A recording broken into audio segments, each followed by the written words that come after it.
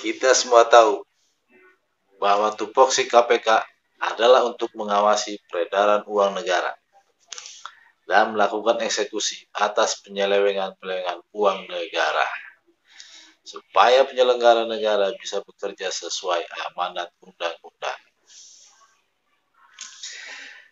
Jadi, aparat yang bertugas di KPK memiliki nilai lebih dari institusi manapun. Jika negara tidak mengerti itu, maka negara tidak lagi memiliki lembaga yang paling dihormati.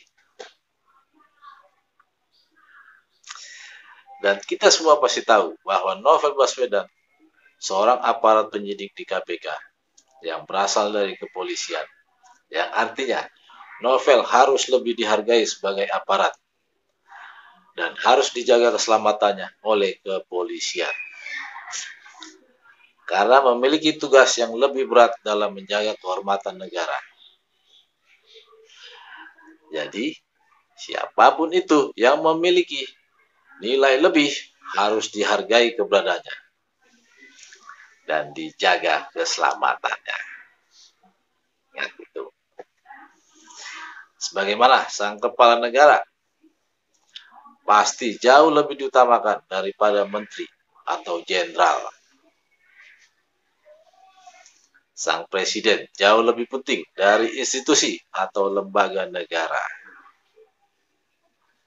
Satu lagi, manakah yang lebih terutama? Menyelamatkan uang negara atau menyelamatkan kesucian institusi? Salam dari Novel Baswedan. Kasus penyiraman air keras kepada penyidik Komisi Pemberantasan Korupsi Novel Baswedan kian hari semakin menunjukkan banyaknya kejanggalan. Mulai dari pengungkapan kasus yang lama, penghilangan barang bukti, hingga drama-drama yang saat ini muncul dalam fakta persidangan. Kami menganalisis lokasi CCTV yang rekamannya tak dijadikan bukti dalam persidangan. Rekaman CCTV ini menjadi kunci untuk mengungkap kasus penyiraman air keras yang dialami Novel Baswedan. Mari kita napaktilah sejenak bagaimana pelaku menjalankan aksi dan kemudian kabur. Ini adalah kompleks perumahan BBD BCS di mana Novel Baswedan tinggal. Ini adalah masjid tempat Novel menjalankan sholat subuh sesaat sebelum peristiwa penyiraman air keras. Tepat dekat jembatan ini, salah satu saksi sempat melihat pelaku menuangkan air keras dari botol ke dalam cangkir. Foto bekas air keras yang terlihat di kursi beton ini diambil dari lokasi ini. Air keras dalam cangkir itu kemudian disiram di lokasi ini, di samping pohon nangka. Usai sholat subuh, Novel berjalan menuju rumahnya yang jaraknya dekat dari masjid. Baru berjalan beberapa langkah, dua orang pelaku menggunakan sepeda motor langsung menyiram Novel. Aksi itu terekam CCTV. Rekaman CCTV ini diambil dari rumah Novel. Usai menyiram, pelaku melaju sepeda motornya menjauhi lokasi kejadian. Si pelaku paham jika ia lurus, portal jalan masih tertutup. Portal itu juga dijaga oleh Satpam dan ada kamera CCTV milik Pemprov DKI Jakarta dengan resolusi besar. Ia memilih belok kiri ke Jalan Musik Raya. Di sini, pelaku sadar bahwa di ujung jalan ini portal juga tertutup. Dia lalu berbelok ke Jalan Belira 1, lurus sampai mentok, belok kiri tembus ke Jalan Belira Raya, belok kanan, dan menemui portal yang saat itu masih tertutup. Berbeda dengan portal lain, di portal ini masih ada celah di sisi kiri. Meski ada got kecil, pelaku mengangkat sepeda motornya. Pelaku kemudian belok ke Jalan Tarian Raya Timur. Dari rute ini diketahui pelaku tahu betul rute aman untuk kabur. Rute ini sepertinya tak didapat secara spontan. Orang bisa sampai tahu rute seperti ini itu tidak 1 hari 2 hari, perlu waktu untuk bisa memilih dan menemukan rute itu. Saya warga di sini, saya tinggal di sini tahun 2011 ya. Pertama kali pulang malam di atas jam 10 malam, kan portal sudah ditutup semua. Saya kebingungan menuju ke rumah sendiri, saya kebingungan. Padahal sudah sekian bulan tinggal. sampai 5 kalian baru mudeng, Mas. Arti itu pasti orang yang sudah mempelajari secara intensif. Apalagi sampai menemukan celah, yaitu di samping portal itu terbuka, itu pasti banyak waktu untuk mempelajari. Lewat bantuan Google Street View, kita bisa mengidentifikasi rumah mana saja yang memiliki CCTV pada waktu itu. Citra foto jalanan ini diambil Google pada Januari 2017 atau 3 bulan sebelum kejadian penyerangan. Terlihat di Jalan Musik Raya, rumah ini dan ini memiliki CCTV yang mengarah ke jalan.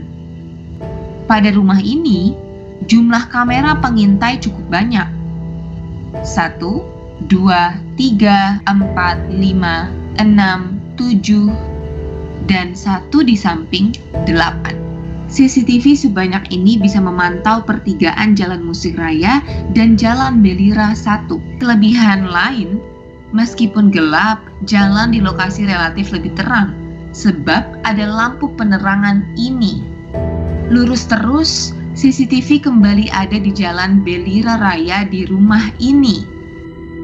CCTV ini bisa merekam saat pelaku lurus dan berbelok. Dan CCTV ini bisa menunjukkan pelaku sebelum melintas portal. Berbelok ke jalan besar, di Jalan Tarian Raya Timur, ada beberapa rumah yang memasang kamera pengawas mengarah ke jalan. Di rumah ini, dan ini. Untuk mengungkap pelaku, polisi mengklaim telah memeriksa CCTV dengan radius 1 km dari kediaman Novel. Dari waktu ke waktu, jumlah CCTV yang dicek selalu bertambah. 50, 100, 400. Sayangnya, klaim itu tak terbukti di lapangan. Polisi sempat datang ke rumah ini meminta rekaman, tapi ditolak si pemilik rumah karena tak ada surat tugas.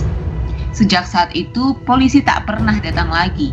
Di rumah ini, polisi tak pernah datang meminta rekaman CCTV. Begitu juga di rumah ini. Tim investigasi independen dari Jaringan Masyarakat Sipil dan Keluarga Novel sempat meminta rekaman kepada pemilik. Namun isi rekaman sudah terhapus secara otomatis. Bergeser lebih jauh, sepanjang jalan ini, polisi sama sekali tak pernah mengambil rekaman CCTV dari warga. Pernah ada yang datang nggak Bu polisi untuk minta gitu? Enggak pernah. Polisi sih nggak ada minta. Nggak minta ya, nggak pernah minta ya. CCTV di kompleks saya itu ada beberapa yang bagus resolusinya, itu sengaja tidak diambil. CCTV yang dibilang ada 100 CCTV yang diambil itu CCTV dari tempat-tempat yang dijadikan alibi oleh para terduga pelaku. Ya ini kan aneh, kok investigasinya justru investigasi untuk membela terduga pelaku, bukan untuk mendalami fakta. Berbeda dengan pengungkapan kasus kriminal yang sering dirilis polisi, sejauh ini polisi belum pernah membagi data ke publik perihal rekaman CCTV yang katanya telah mereka periksa. Rekaman CCTV kejadian yang beredar di media selama ini adalah milik Novel yang juga dijadikan bukti dalam persidangan. Satu-satunya rekaman CCTV diambil polisi dan dijadikan barang bukti persidangan adalah CCTV dari rumah ini. Si pemilik rumah Irwin EP Okem sempat dihadirkan dalam persidangan ke-7 pada 18 Mei lalu. Janggalnya, rekaman CCTV di rumah Irwin sama sekali tak diputar dalam persidangan. Di persidangan itu, Irwin hanya diminta maju oleh hakim untuk mengonfirmasi cuplikan gambar yang ada dalam surat dakwaan. Cuplikan gambar itu tak ditampilkan ke pengunjung sidang. Nggak pernah ditayangkan selama di persidangan itu. Irwin mengatakan rekaman ciri-ciri pelaku dan nopol kendaraan sulit terdeteksi. Klaim lain adalah soal waktu di CCTV yang tidak sesuai dengan peristiwa kejadian. Dalih Irwin di persidangan, ia mengaku salah menyetel waktu di kamera. Keterangan Irwin ada yang tidak sinkron di CCTV, tapi ada kemungkinan ada kesalahan setting kalau keterangannya dia. Dari seluruh persidangan kasus Novel yang ditayangkan PN Jakarta Utara di YouTube, hanya rekaman sidang ke-7 yang menampilkan Irwin inilah yang hilang. Kalau memang yang mau digali jaksa penuntut umum, misalnya CCTV itu justru nggak terlalu relevan orangnya, yang ditanya justru sangat sederhana sekali, udah dibuka aja rekamannya udah selesai. Nah yang terjadi kan malah dikabulkan, CCTV tidak pernah diceritakan tetapi ditanya orang. Jadi menurut kita itu sangat tidak memenuhi kualifikasi sebagai bukti itu sendiri gitu. Fakta-fakta yang hilang itu semakin menguatkan dugaan novel bahwa pengungkapan kasus ini penuh dengan rekayasa. Fokus saya bukan hanya sekedar menghukum orang, tapi proses penegakan hukum dilakukan dengan benar, dengan jujur. Tidak perlu harus membuat fakta-fakta yang ilegal di persidangan. Tidak perlu menambahkan fakta-fakta yang kemudian merubah fakta yang sebenarnya. Tapi tinggal diukur saja. Kalau memang dia pelakunya, dihukum. Kalau dia bukan pelakunya, bebaskan.